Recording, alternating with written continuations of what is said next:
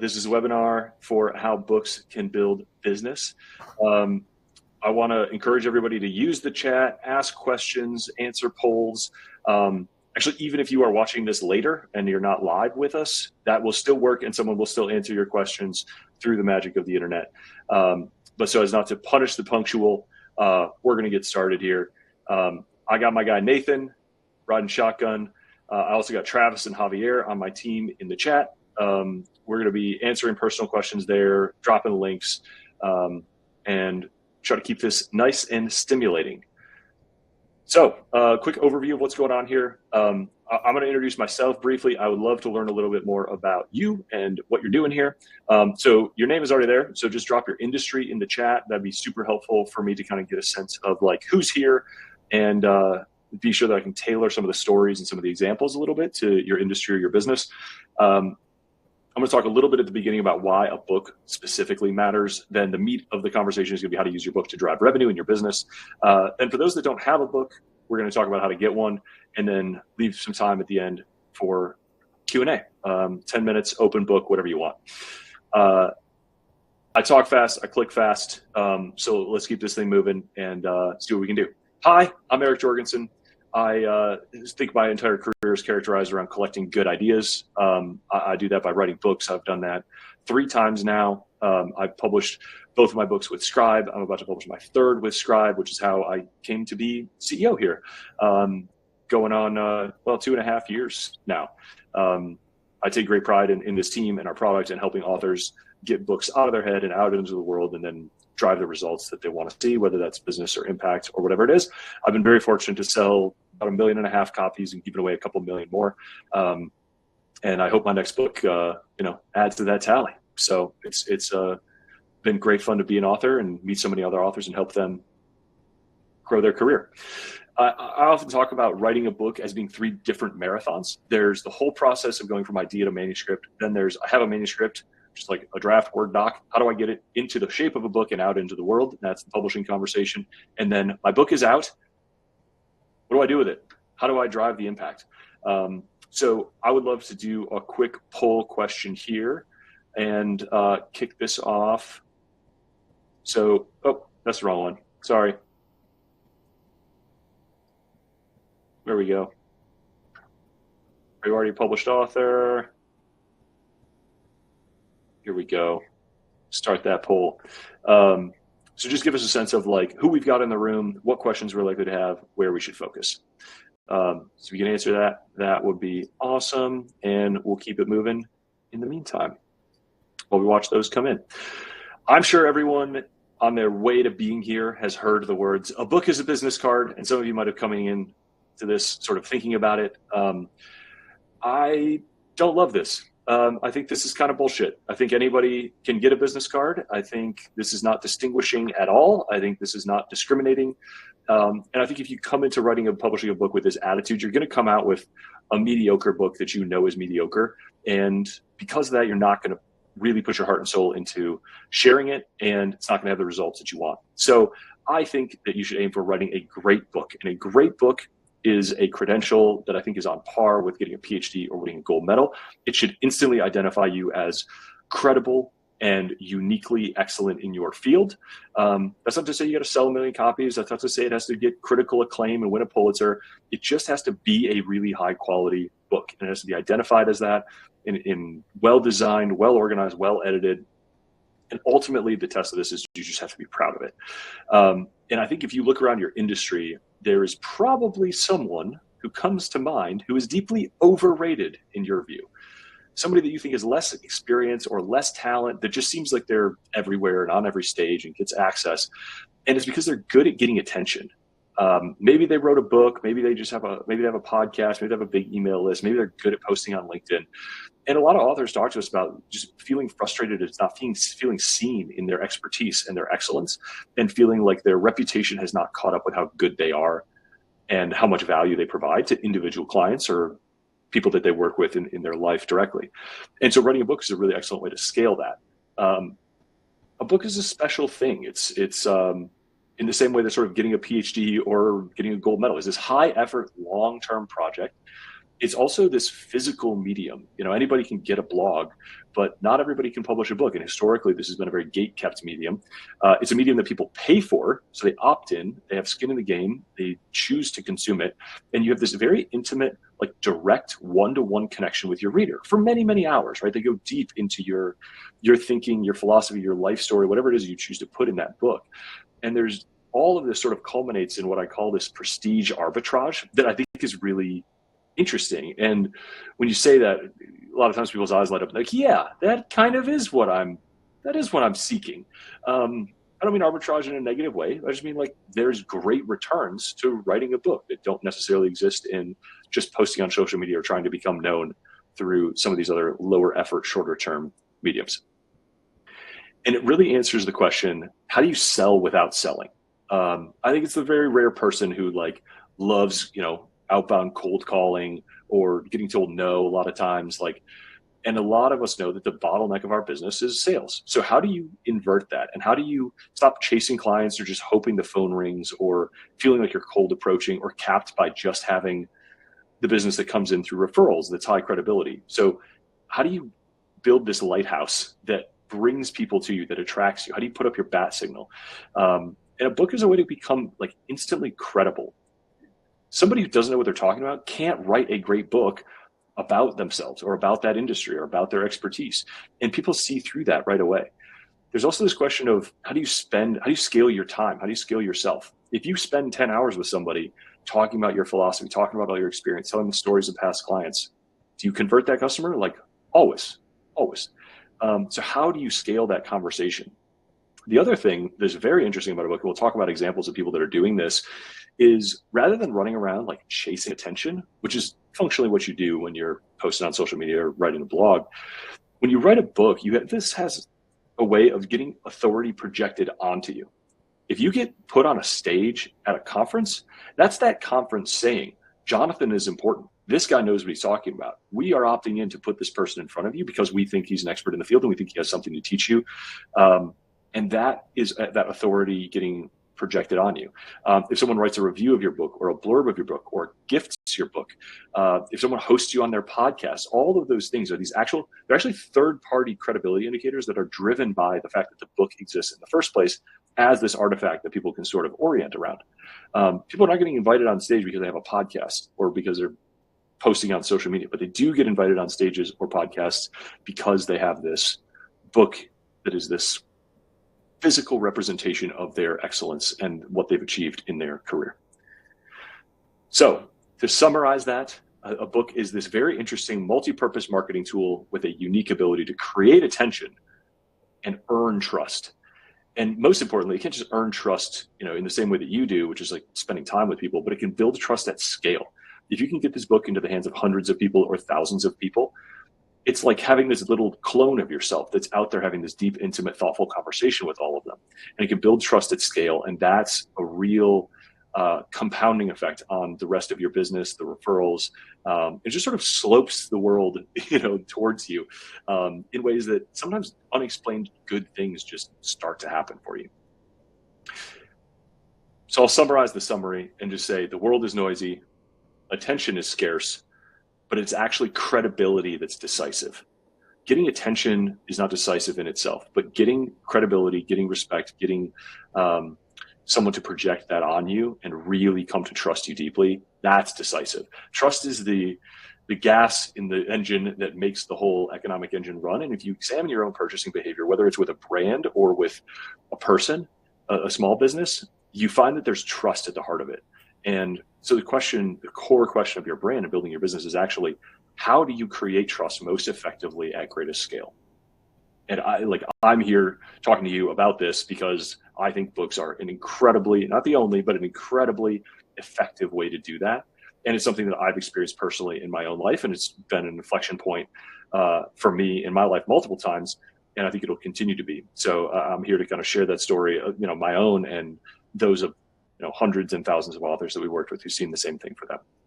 So this gets us to kind of the meat of the meeting, which will get a little more tactical. I've got looks like about 40% of people in the room are already published authors. So hopefully you're taking notes on this and saying, okay, I'm going to go take one or two of these tactics and immediately implement them with my book because this sounds right for me and my business. Another 40% have a book in progress. So maybe this helps you understand like how you're going to approach your launch, or how to, it gives you a little more of a boot to the pants to get this thing done and get it out and start earning the returns.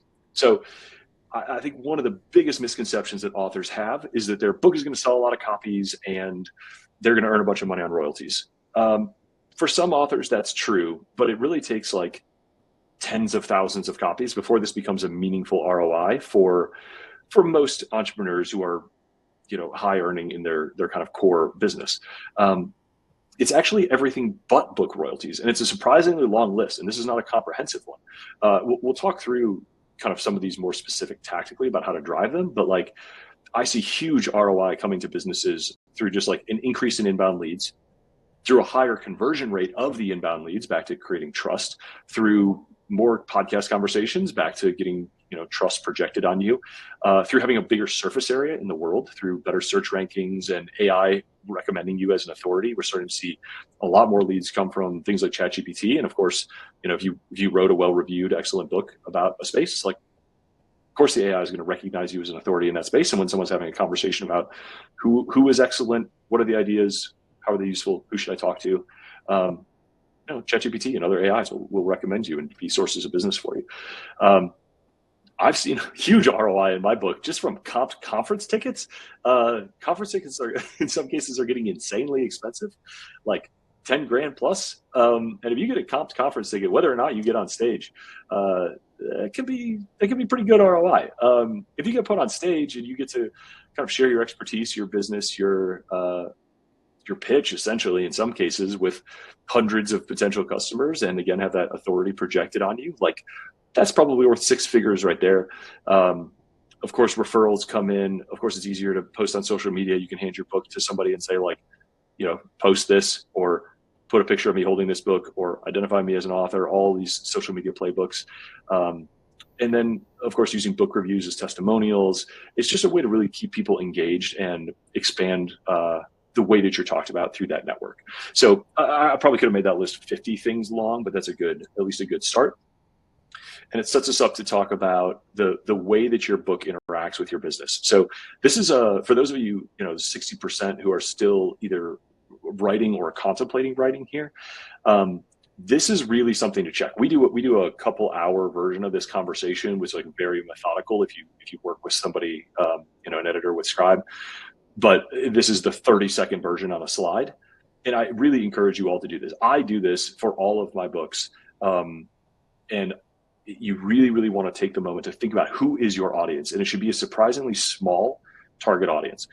If you're using the book to drive revenue for your business, it should be probably a high overlap with at least one customer segment that you have, maybe even one use case that you have. So, if you're a lawyer, it might not be, potential legal customers. It might be divorces in this state, or divorces over a certain age, or something like that.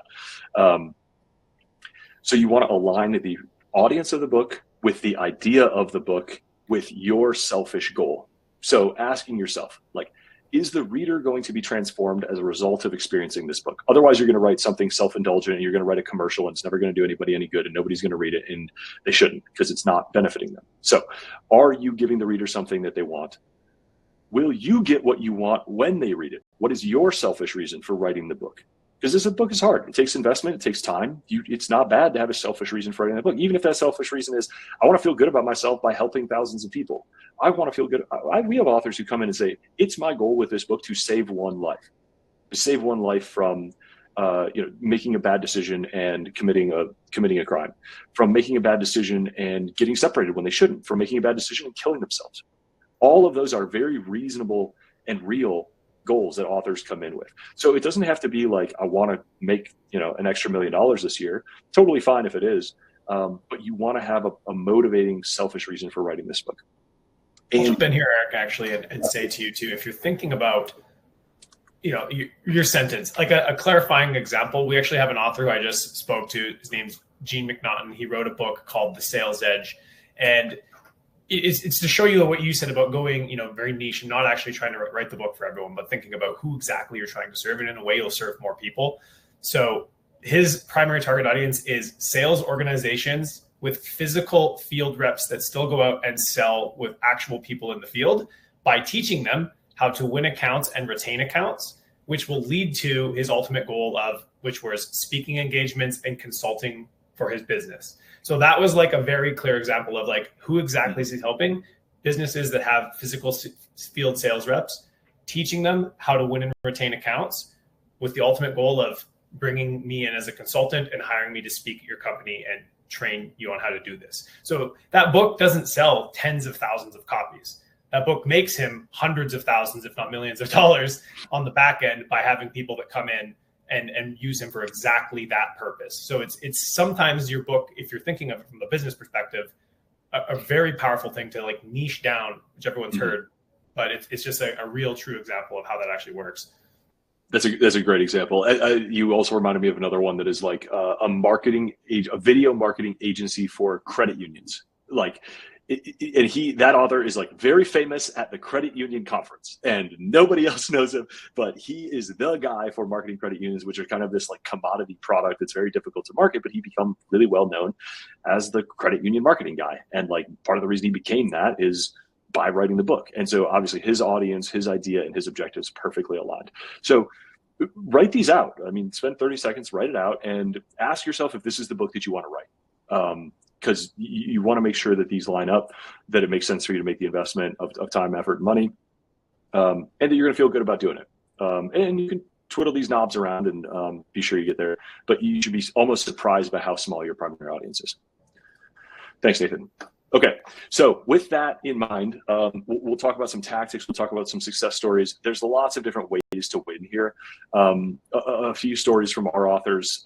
Muhammad Anwar is a really interesting one. He did a great job sort of preloading his book. So for those of you who are still writing your book and looking forward to the launch, he was just lining up speaking engagements before the book came out and using sort of launch partners to the point where like in the first month or two, he had 18 speaking engagements. His company sells software. This is B2B SaaS. A book as B2B SaaS marketing engine is actually like very effective, and especially he's got very valuable customers. He's another one that I will also use as a great example of Amazon as a search engine, but we'll get back to that. Eric Huberman is a very interesting one because I did a testimonial podcast with him, even though he wasn't a Scribe customer. So he evaluated Scribe. He thought it was too expensive. He was like, I'm an entrepreneur. I can figure this out. I'm going to go do it myself. And he called us back a few years later and was like, well, I tried to save like $20,000 and I ended up spending $350,000. But the good news is the ROI was still very, very positive, and I still made a bunch of money by having my book out there in the world. I was like, wow, you overpaid by 7x, but it was still a good ROI. Like I'm making that a case study. So I thought that was a really like cool, fun story. The conversation with him is interesting because he's like, probably 30% of what I did was like a straight up scam. Just people either vastly overpromising and under-delivering, or just like straight up lying about like what they were capable of doing. So it's a tough, there's a lot of kind of fly-by-night stuff out around in publishing and self-publishing and book marketing in particular. So do please reference check when you encounter somebody that doesn't have a long-term brand and people that you can talk to.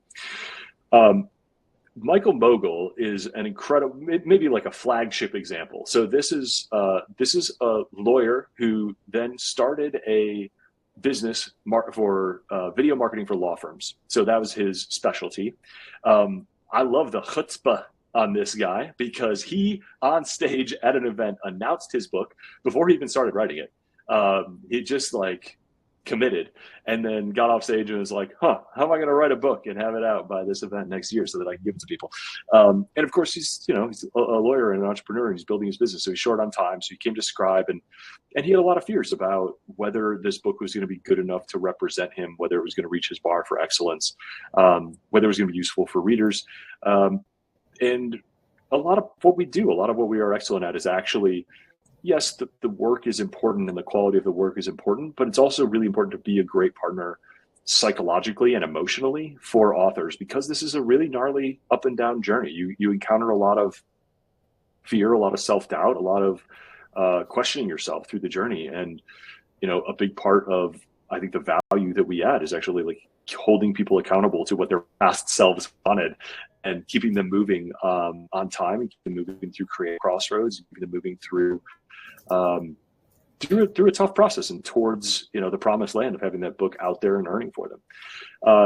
He has a good playbook because he spends a lot of time going to events, giving his book away. He doesn't sell a lot of copies, but he goes to events, he speaks on stage, and he gives his book away. And I can tell you, it is a really awesome feeling to like walk into a conference hall and see your book laid out at every spot on every table.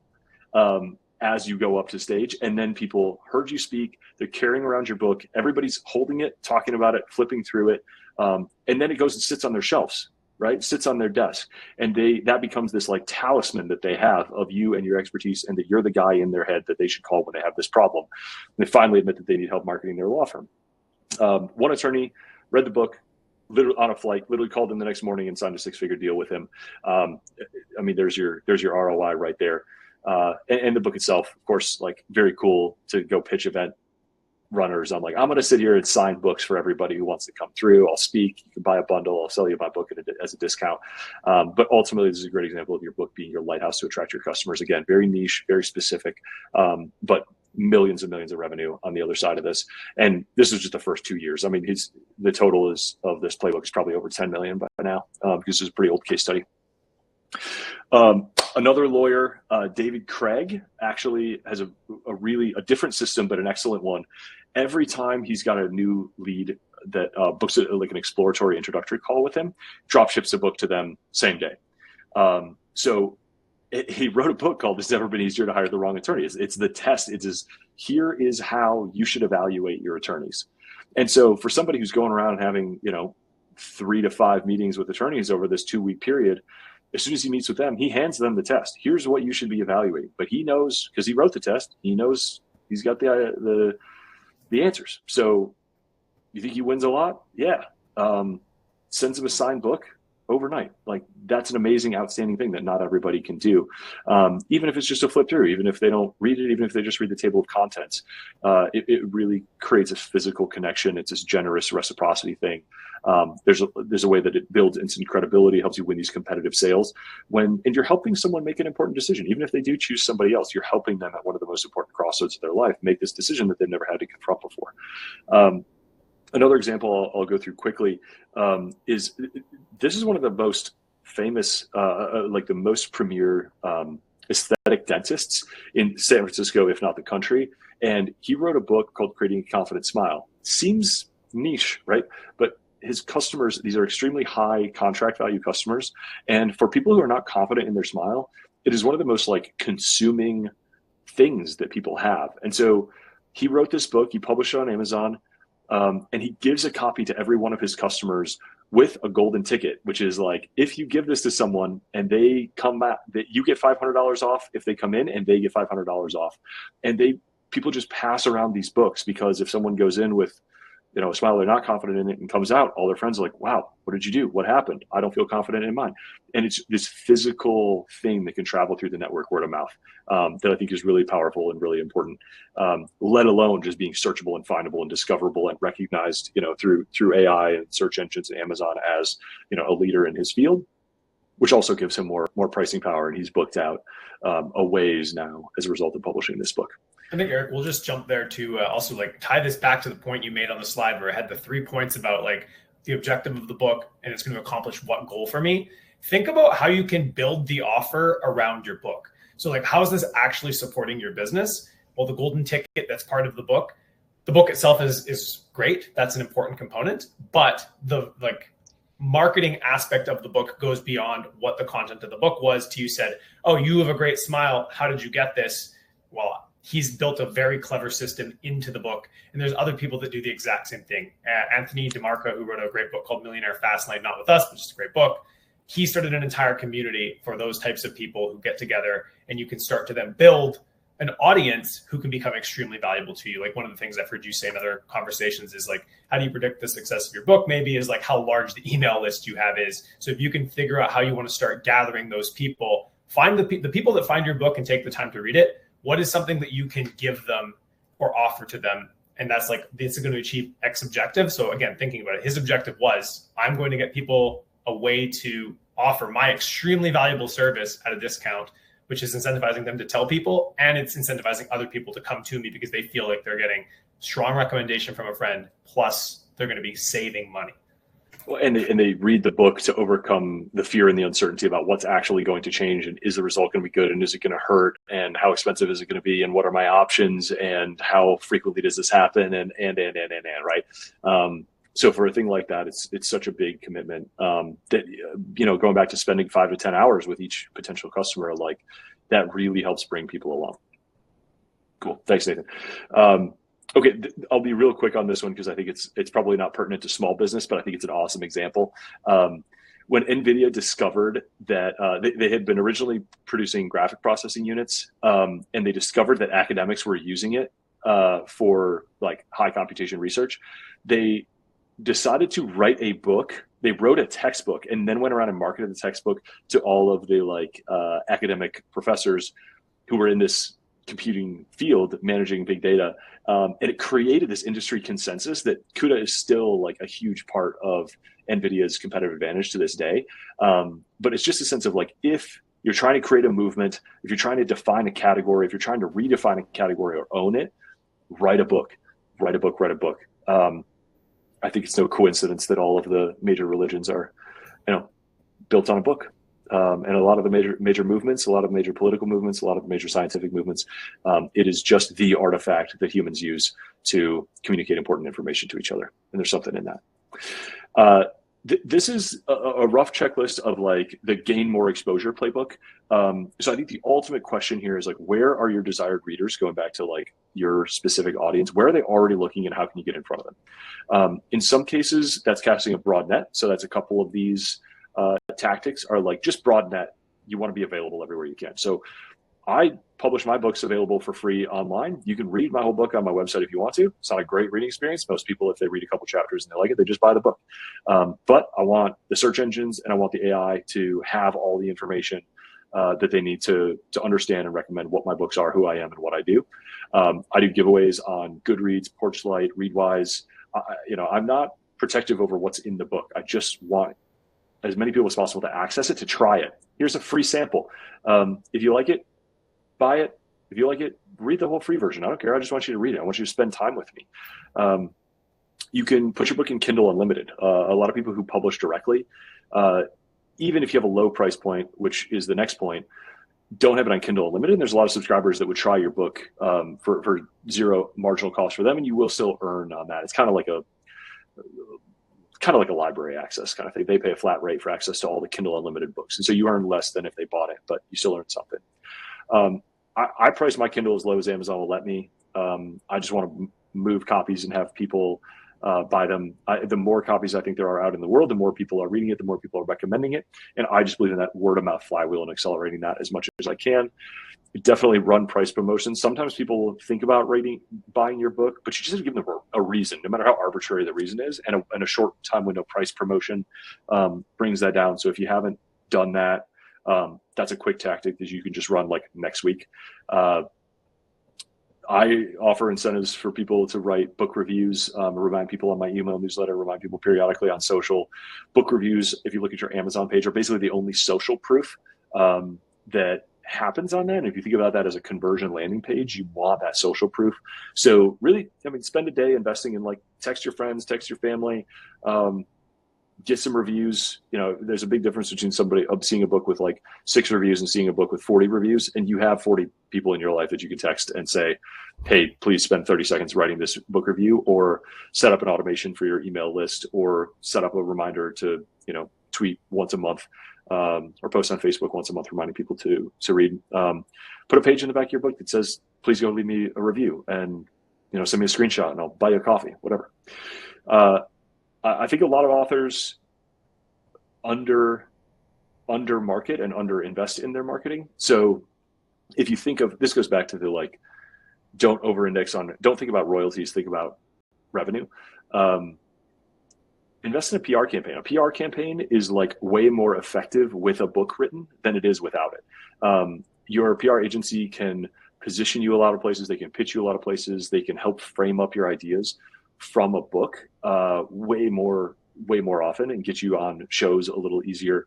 So there's all kinds of opportunities that you might be leaving on the table. It might not have felt in reach, but once you've done that, once you got that book out there, sometimes those doors can open for you. Amazon ads. I run Amazon ads constantly. I think it's an often overlooked thing. You can set it up yourself on a weekend. You can watch some videos, or if you want a referral, we know people who are great at it. If you got like a relatively high budget, but a relatively high budget means like if you want to swing 10 grand plus, then hire an agency. If you want to just do a couple $100s a month, just try it yourself. Of course, other CPC campaigns, SEO, get that box you get on Amazon. Or on Google rather, by having a book on Amazon. All of those are good credibility indicators. I'll give you two things, Eric, that you mentioned there that I think authors underestimate, like as you said. So one, the power of giving your book away for free. If somebody reads your book for free and they love it, they are far more likely to tell other people to read it and that they should go buy it. And they might even buy the book for people as a gift because people love. It's like people don't recommend books they don't finish themselves. People like to recommend books that they have finished and completed. So if you give your book out to someone, they don't have the barrier of, I have to spend $19.99 to buy this book. They read it, but then they love it. They're going to tell other people because it's a badge of honor they get to wear that they completed this book. And then the other piece you mentioned is the, Amazon reviews. And basically, I think, especially if you're working on a tighter budget as a new author and you've put your book out and you want to like hustle and grind and figure out how can I make an impact to my book, lean on, do the work, the footwork for your personal, your professional, your audience. Reach out to your friends, family, colleagues, people that you know, and get them to review the book. It can make a big difference, especially in the early part if you want to go for something like being an Amazon bestseller. So I think that's one spot where like that's an effort thing. It's not something that has to cost you a ton of money. And once you get the wheels turning, if you have some early traction, it opens up the door for you to potentially just start getting more organic reviews as well. Yeah, it's a great example.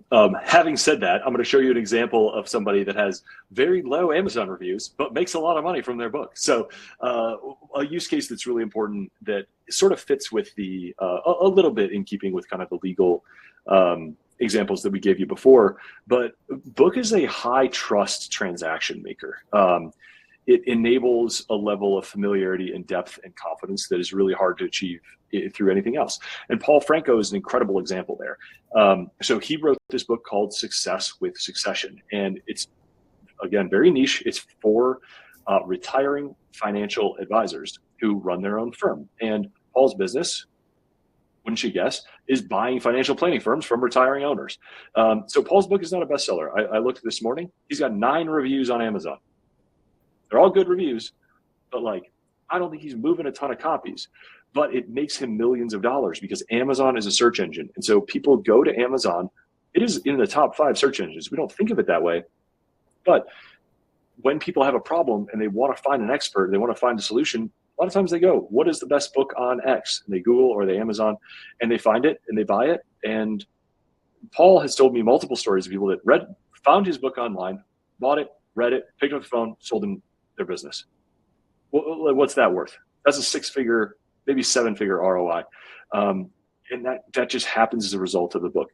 It's a really, really interesting strategy and story. This is not necessarily like a key revenue driving thing, but I think over and over again, it's worth seeing. People use books to transition career stages. I see books as inflection points in people's careers over and over and over again. And a lot of times people have this perception that they have to like spend 70 years building their whole career and climb all the way to the top of the mountain and then like write their book and then die. And what you actually see if you look at a lot of successful careers is the book is written as a part of the inflection point that helps them sort of break out of that like linear relationship and into this kind of like, no, I'm becoming known in my field. Unexplained good things are happening. Things are compounding. People are talking about me. People are giving me authority. People are recognizing my expertise. Or like Ray Dalio, people are finishing their career and sort of giving back to their industry, giving back to their community, teaching what they know in this really unvarnished way that maybe transitions them to like a coaching or a mentor or an investing career. So I thought that was also worth mentioning. I'm going to summarize the last 20 minutes or so here and with two really, really, really important points that I think most authors get wrong and that actually matter the most. So if you only remember two things, persistence matters more than your launch. Don't worry so much about your book launch. Yes, work hard on it, but mentally prepare yourself to do one thing for your book or with your book every week for years. Think about your own purchase behavior and think about how many times you have to hear about a book before you actually remember it, then buy it, then when it gets to the top of your stack, then you actually read it. Then once you've read it, you start talking about it and recommending it. So it just takes much longer to saturate the minds than people give themselves credit for. So please, please, please just focus on persistence. Do not give up on your book after a launch, whether it's a great launch or it doesn't meet your expectations. But lower your expectations for your launch, increase your tolerance for the long run, and stick with it. The other is that customers matter more than your book's sales. So think about Paul with his 9 reviews and his millions of dollars. Like, do not worry about book sales. Just get the book out there into the hands of your potential customers and let it drive revenue to your core business. It's so much more effective. If you come into this with the mindset of like, what are the best practices for marketing a book? How do publishers market books? How do authors market books? What are all the ways? You're never going to drive those big revenue numbers in your business because it's just the wrong way to think about it, and it's way too constrained. It's very, very, very hard to make money, to spend $2 on selling a $20 book and earn the $2 gap. That's just really hard. The only way to make money on a book directly, uniquely as a business is to sell a shitload of copies. And when I say a shitload, I'm talking about like 10,000, 100,000, million. That's when the book becomes a real revenue driver on its own from the royalties. But that's not where most authors get ROI, especially business owners. So just invest in getting your book out there and use it to drive customers or increase conversion rate or increase exposure, increase awareness, increase credibility. Customers matter more than your book sales. Bang. Okay, that's the second leg. If you are now like, damn, I need a book, which is exactly where you should be, I'm going to spend a little bit of time here on how to get your book for the third of you here who don't yet have one. Hint, they hire help. But I'll move quickly through this because I know a lot of you already have a book, and then we'll wrap up with a little Q&A at the end. So feel free to start dropping questions in chat if you want us to address anything specific for you. I think we'll drop another poll here too, as well, Eric, just because I'd love to hear from both sets of authors and prospective authors. So those of you that are working, you're in progress, you're not there yet. We're going to see what the reasons are that, like, most commonly you would say are holding you back. It's not a perfect poll. You can drop any other reasons, comments, questions down in the chat. We will get to some of those. And if you are somebody who's written and published a book, what was it thinking back that held you back originally? Or what was the hesitation you had? Would love to see some of those answers so that we can maybe kind of help address a couple of the common ones that come up. So awesome. We will go ahead. All right, go on, Eric. Right on. Okay, I'm going to reframe, remind us here that our book are 3 different marathons. And so what we're focused on here is like a little bit the writing, but mostly the publishing, having just talked about number 3. So Scribe's way to help authors through, whether you are number 1, I have an idea and I don't know how to get a manuscript, or I have a manuscript and I don't know how to get it out into the world. Wherever you are in that process, Scribe can pick you up, dust you off, and keep you moving. So we work with authors from anywhere from idea to I have a portion of a manuscript and I feel stuck to I have a complete manuscript that I think is perfectly ready to go out in the world. And please help me do all the work between Word doc and published book. If you already have a manuscript you wrote, please bring it to us. We would love to help you edit, create, design, lay it out, and get it distributed in the world.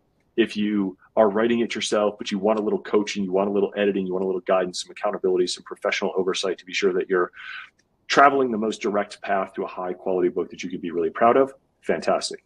If you are a busy person who's like, I don't have time to write my book, but I know I have a book in me. I know I have great ideas. I know I have great expertise. People tell me I should write a book. This is our bread and butter. We will interview you and write a book that reads as though you wrote it. It will have your voice, your stories, your expertise, your name on it. And we are just the team and the leverage to help you get it out of your head. We help busy people write books. We help books exist that could not exist otherwise. And it's a real point of pride for us to help people who otherwise wouldn't write a book get that down and get it out into the world. So if any of those appeal to you, please take a moment, scribemedia.com/consult. Somebody will drop that in the chat. Click a link, book a call, and you can ignore me for the next few minutes. but this is the clear next step if you have a book that you would like, a book idea or a manuscript or a manuscript in progress that you want to talk to somebody about moving forward. Let's look at some buts. No reason this can't be fun, you guys. These are the most common things I hear. I'm busy. I'm an entrepreneur. I got to run a business. And my question for that is like, how busy are you really? If you could set aside 1 week, if you could just say in 7 days, I could get my book done. I could block my calendar. I could take a week off and get my book done at a really, really, really high quality level. Would you do it? Some people say no, but most people say yes. And that's about how much time it takes. If you have the right team, if you have the right structure that's done this thousands of times before, as we have, and we have a really polished, perfect system for this, all we need is about an hour a week of your time, 50 hours over the course of the next year, and we can get you a beautiful, polished book that reads as though you wrote it. So very, very, very few people are too busy. And in fact, I would be so bold as to suggest that much busier people than you write books every day. And we're probably working with some of them, which I'll get to in a moment when I talk about who some of our authors are. I also hear like $50,000 seems like a lot. And, you know, in some cases you're not wrong, but I would say it's a big personal expense, but it is often not a particularly big expense through the context of an annual marketing budget. And if you look at your average contract value, your conversion rates, the number of leads you might get, and how many customers a book might gain you, a lot of times I whiteboard through this with somebody and they say, oh shit, all I need is 2 customers and I got a positive ROI. And that becomes a no-brainer pretty quickly. We have a lot of authors who, you know, 1 or 2 years out say that was the best marketing money I've ever spent, because that book is going to outlive you. That book goes to work for you for years in a way that obviously pay-per-click ads don't. So it is this perennial thing that acts as a tailwind, a multiplier effect on everything else you ever do. And that book will be paying dividends absolutely for years if you're using it right, and if you're sticking with it, and if you're doing something with or for that book over the long run, like we talked about a few moments ago. But Eric, there are so many other books out there already. That is always true. That has always been true. Humans have this weird mindset that they live in the busiest time. There were a lot of books last year, and somebody in your field wrote a great book that helped people that grew their business, and it will always be true. And next year will be even noisier than this year, so you may as well do it now. If you fear originality, that is a terrible goal. A lot of authors say, oh, but there's already books written about, you know, my niche. Like, doesn't matter. There's not your book written. So don't focus on originality, focus on authenticity and excellence. Focus on your stories, your unique experience, and just making it as good and as useful as you possibly can. All of you are spending time building products or working with clients and are adding value one-to-one every single day. Like, if you go to coffee with somebody and they're asking you a bunch of questions about your expertise and you're teaching them and you're helping them, have that feeling times 1,000 by writing a book. Times 1,000. You're hoarding that knowledge out of a fear of projecting it and letting it be judged by others, which brings me to some others. This is actually the core fear for almost every author. I'm scared this book will be bad and I'll look stupid. That's the truth. And I think that's good. Like, we can use that fear to make an excellent product. One of Scribe's favorite mantras that our founder, Tucker Max, instilled in all of us is, we will hurt your feelings before we let you publish a bad book. But the fact that you have that fear means other people have it too.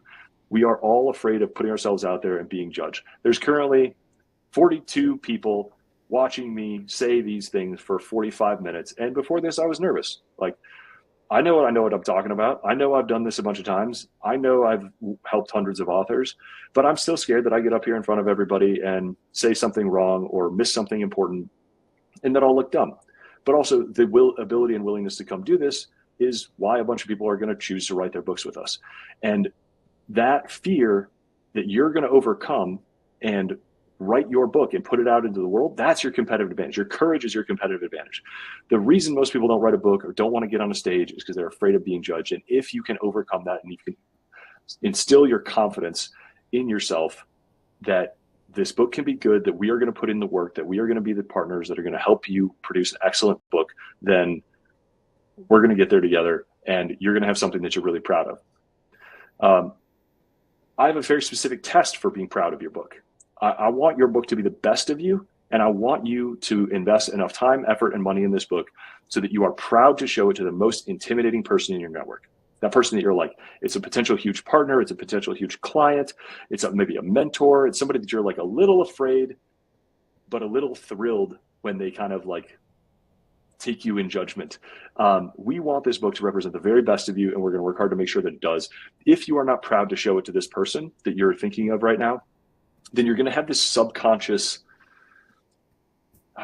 shame is too strong of a word, but this like, you won't have enough confidence to like really go out there and go to war for this book. And so I say generally, like, if you come in with this like book, my book is a business card, I'm going to half-ass it, I'm going to do cheap stuff, I'm going to hire, a designer on Fiverr, like, you're going to put all this time, money, and effort into it, and it's going to be mediocre, and you're not going to go use it. You're not going to use it. You're not going to put it out there. You're not going to confidently like reach out to event owners or podcasters and say, I'm really proud of this book. It's really excellent. It has everything. It's the best of me. I'm teaching all I know. Like, please take a look at it. And you have to have that relationship with your book for it to get the ROI that we're talking about. Now, which authors use Scribe? This is why I smirked a little when I said, like, people busier than you are writing books every day. This is admittedly a selection, but like authors that we've worked with in the past 10 years. Klaus Kleinfeld is a Fortune 500 CEO of 2 different companies. He wrote a book called Leading to Thrive. This is it. It's an awesome book. He wrote it himself. It is a real treat. I think it's criminally underrated. I encourage you to grab it. Obviously, like David Goggins' Can't Hurt Me, best-selling independently published memoir of all time. I think he's rounding the corner towards 10 million copies if he hasn't already. We've worked with bloggers like Tim Urban. If you haven't heard of him, go to waitbutwhy.com. It's an incredible book. This is an absolute tome if you haven't seen it in person. And it's really beautiful, like lots of illustrations, lots of custom stuff. So all of these are like potentials. We've worked with founders, we've worked with congressmen, we've worked with Kevin Harrington, who's one of the original sharks. And we also worked with organizations, as I mentioned. Snowflake, the software company, very recently Behaviorally, the founders wrote. SAT test prep company that we absolutely had a field day with their new book. They made millions out of that, selling courses. There's thousands of these stories. You can drop that. We can drop that link in the chat if you want to go scroll through more of these. There are so many people here. But I use this and admittedly brag slightly on our team and our standards because I really want to hammer home that this is like the ultimate intersection of like high quality professional experience and high quality publishing. These books roll off our process looking as good or better than books that come out of the big 5, than traditionally published books. We use top tier designers, top tier editors, really, really excellent folks. And we have one key point of contact publishing manager who is like your Mayo Clinic style single point of contact person throughout your entire experience, who's an expert in the process and runs you through all these steps. So it should feel very calm, very easy. You should feel well managed through the whole process. You're not going to have to figure this out on your own. Like, this is what you hire us to do. All right. This is great. I think, Eric, I want to be sensitive of time because I know we're getting close to wrapping up, and I want to make sure we get some questions. So we'll hit this slide, and then people who've dropped questions into the chat, we are going to get to your questions. I have them queued up here. We'll go through as many as we can before Eric has to jump. And if you have any more questions, put some more into the chat now. We will make sure those get answered, even if they can't get answered before we have to wrap up here. But I may be able to stick around and answer some questions, or we'll see that those get followed up on. So drop your questions in the chat. Those who already have, we're going to get to them in the next minute or two here, as many as we can before Eric has to go. Awesome. I will start at the top of the what is in the Q&A queue, and I'll just run down those. So the question from Marilyn, one of the biggest things is what the 200 million topics I could focus on to write about. I couldn't agree more. I have this issue myself. One of our key rules that we like to reference is don't put everything you know in one book. And one of the first things that we do when we work with a new author is find the boundaries of the book. We figure out, this goes back to the North Star exercise, right? Like, who's your audience? What are you going to deliver for them, and what are you going to get out of it? And what a lot of authors find is like once they start those, they're ripping through North Star. They might create 4 or 5 different North Stars, and then we do the process of like, all right, what's the book that makes sense to start with? A lot of authors do have many books in them, and many different books make sense for their business or for different stages of their business. Sometimes people write something very general. Sometimes people write something very technical, secondarily. So that's part of what we will do as a very opening exercise, but don't get stuck on it here. That is the equivalent of saying, like, I can't take step 1 because I don't know what step 8 is. By the time you get to step 4, step 8 is going to be extremely clear, but you got to go through steps 1, 2, and 3 first. Hadley, are there any examples of Scribe authors being successful who did not have a large social media following? It depends on what you mean by successful. I didn't have a big social media. When I published my first book, I had maybe 10,000 followers on Twitter, small email list of a couple thousand people, and I sold 1.5 million copies. Admittedly, I used a somewhat unintentional hack of writing a book about somebody who did have a cult following, but it's not like he promoted it, but a lot of people followed him already. So I'm going to also go back to, what do you mean by successful? So, like, we gave you a bunch of examples of people who grew their business very meaningfully without selling a ton of copies of their book. There's people whose definition of success was like saving the life of one gay teen, and they became successful without having a big following. So if you mean selling a huge number of copies, I think, like Nathan said, the single biggest predictor of that is going to be like email. But also, like, David Goggins did not have a big following. He published his book, but he did get access to big platforms. So he went on Joe Rogan after he was writing his book, but it wasn't out yet. But he was not David Goggins when he wrote that book. In many ways, like, the book helped make him David Goggins. So it's this kind of like recursive loop or evolutionary relationship between, like, having the book, getting platforms, using the book to reach more platforms, etc. I'd say to add on to that, Eric, too, just there are some examples that people want to check out. Like, 2 that jump to mind for me.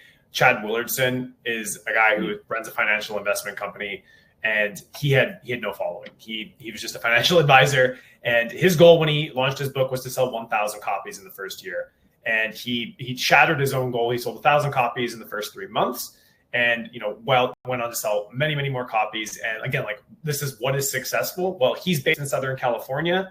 By within 6 months of that book coming out, he had clients reaching out to him from Guatemala, Switzerland, New Jersey, Florida, people he never would have been able to reach because he just never would have met those people had he not put the book out. So, like, that is massively successful for him. He hasn't sold 1 million copies of his book, but it's really going to come down to, like, he sold way more copies of his book than he ever intended.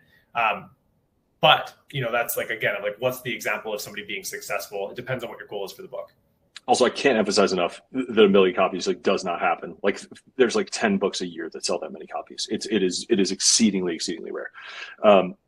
What are your thoughts on Morgan Housel's approach, which is to write blog posts for some time and then use what resonates in the market as a signal for what book to write? I love that approach. I think that's actually part of the secret sauce of my books. It's part of the secret sauce of James Clear's books. It's part of the secret sauce of Malcolm Gladwell's books. Mark Manson. I think there's a lot of people who are good at this sort of feedback loop of, like, tweet, blog, email, see what resonates, vet ideas, and then once they are proven as resonant, put them in the book. So I'm a huge fan of that. It also helps to build your platform as you go. So, as you're writing your book and trying to figure out what ideas belong, as you're trying to de-risk the idea of the book and the ideas in the book and build people who are ready and excited to buy the book, I think it makes sense to kind of work in public as you go, and you get both of those benefits from the same playbook. Marilyn asked, does Scribe help with marketing? Yes, we do. We've got a few services that I think are kind of generally no-brainers for authors that we do in-house.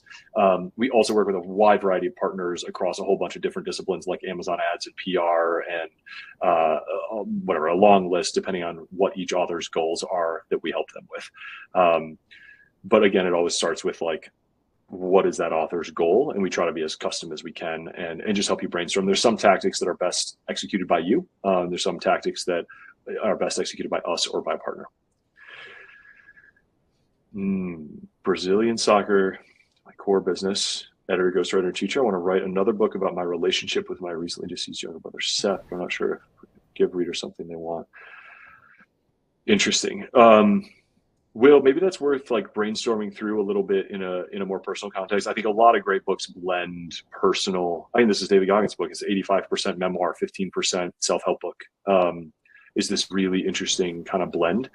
We actually also just published a book by Cal Riley, which is really, it's about compassionate leadership in the entrepreneurial realm, but it's very motivated by and intertwined with the death of his brother, which was a big catalyst for him to kind of change how he led and how he worked and how he led his life. So I think there's tons of space to like blend those stories. And going back to a niche target audience, this applies for examples like this too. I think you'll be really surprised if you lead with the very personal. You are sometimes surprised by how resonant something can be with a really, really wide variety of people who might have struggled with something similar. So don't be afraid to like, imagine speaking to your younger self or yourself a few years ago, or the self, the self that was at the lowest, or even writing to, somebody else in your family that you helped through a time like this.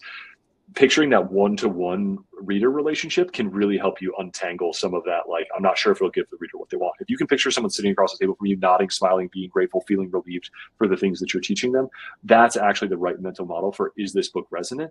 It's not, do not picture yourself sitting on a stage writing a book for 1,000 people. You're going to tie yourself in knots and it's impossible. So write to one. And in some cases, even open an email window and literally write an email to a person or text somebody and start to find your voice and your frame that way. That's also a good answer for Marilyn's. For Marilyn is like niche down, find one person you are writing for very specifically. Warren Buffett does this with his shareholder letters. He writes them to his sister, and that gets him in the right tone of like speaking to an interested, curious, smart, but non-expert, non-domain expert, which is a really great tone to find yourself in. I would add on to Will's piece, Eric, you touched on it there, but like first of all, condolences as well. I couldn't imagine losing a brother or, any close family member like that. It changes you as a person, and whatever experience you went through with that, the other people out there in the world that have gone through similar things. We're working with someone right now who's writing a book about her experience going through cancer. And she actually, the reason she's writing this book is she looked for a book on this exact topic for the type of cancer she had, and she couldn't find it. So in that case, it was like, I wish somebody had written this book. I'm going to be the one to do it.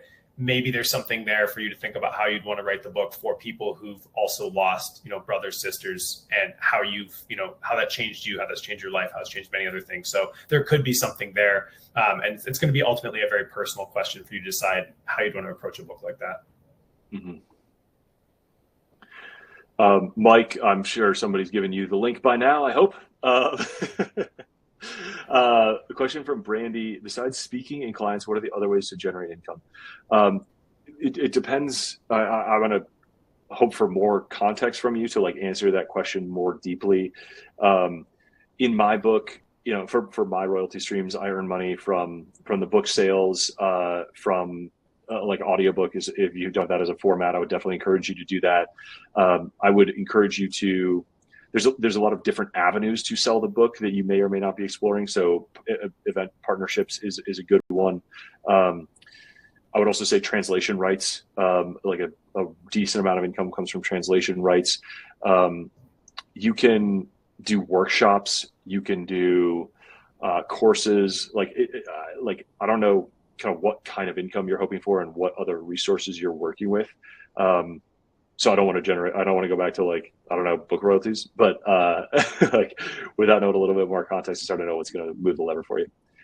Right. I think we'll take this as the last question from Marilyn, because I know that you are going to have a hard stop here in 2 minutes. So this will be the last one from Eric. Awesome. I want to end on time for everybody listening and watching too, and get you out of here in good shape. Is it a good strategy to start writing as we go, or better wait until you started working with a team like yourself? I'm of the camp that you should always be collecting ideas. I think everybody has moments of genius, and if you don't write them down, sometimes they escape. So I would say collect ideas, but don't, unless you really like writing and really want to give a swing to writing, don't flog yourself through unless you feel like you want to have that experience of writing a first draft yourself. Marilyn, I would say like the real question is, how constrained are you on time? How quickly do you want to move? What is your time worth to you, frankly? Like, what are the trade-offs there? And if you want to give yourself a shot at writing, fantastic, rock on. But it's worth exploring writing with the team and just understanding, I think, what that path looks like, how fast it could be, and how comfortable you feel with it before feeling like you have to pick a path. So explore it, figure it out for yourself. All right. That's it. Awesome. Thank you, everybody. It was great. Thank Any closing you. words, Eric? Yeah, please take the next step, which is to book a call with us, or read more about what's on our website, or check out some of these other case studies of the authors that we've been talking about. There's a ton of links in the chat, and we can follow up with some of them. We appreciate you all being here very much. We hope to have a conversation with you one-on-one, this week, next week, so that we can dig into some of the details and answer some of your more specific questions and context, and brainstorm more about how we might, use your book to build your business and turn it into a real asset for you. We really appreciate you all being here. Thank you. There will also be a follow-up email for everyone in case this question did come up. You will get a recording of the webinar. You will also get a follow-up email that will include, basically the opportunity to get our book, The Scribe Method. So if you want to start tackling the writing process on your own, you want to learn about what a vomit draft is, you want to get into some of the process, we are there. You can also find that book just for free on our website. So we'll follow up. Thank you, everyone, for joining. Pam's in the chat. Pam Marmon, one of the all-time greats. Incredible case study. Talk to Pam. Go read Pam's case study. Thank you for being here, Pam. We love you. We appreciate you. All right.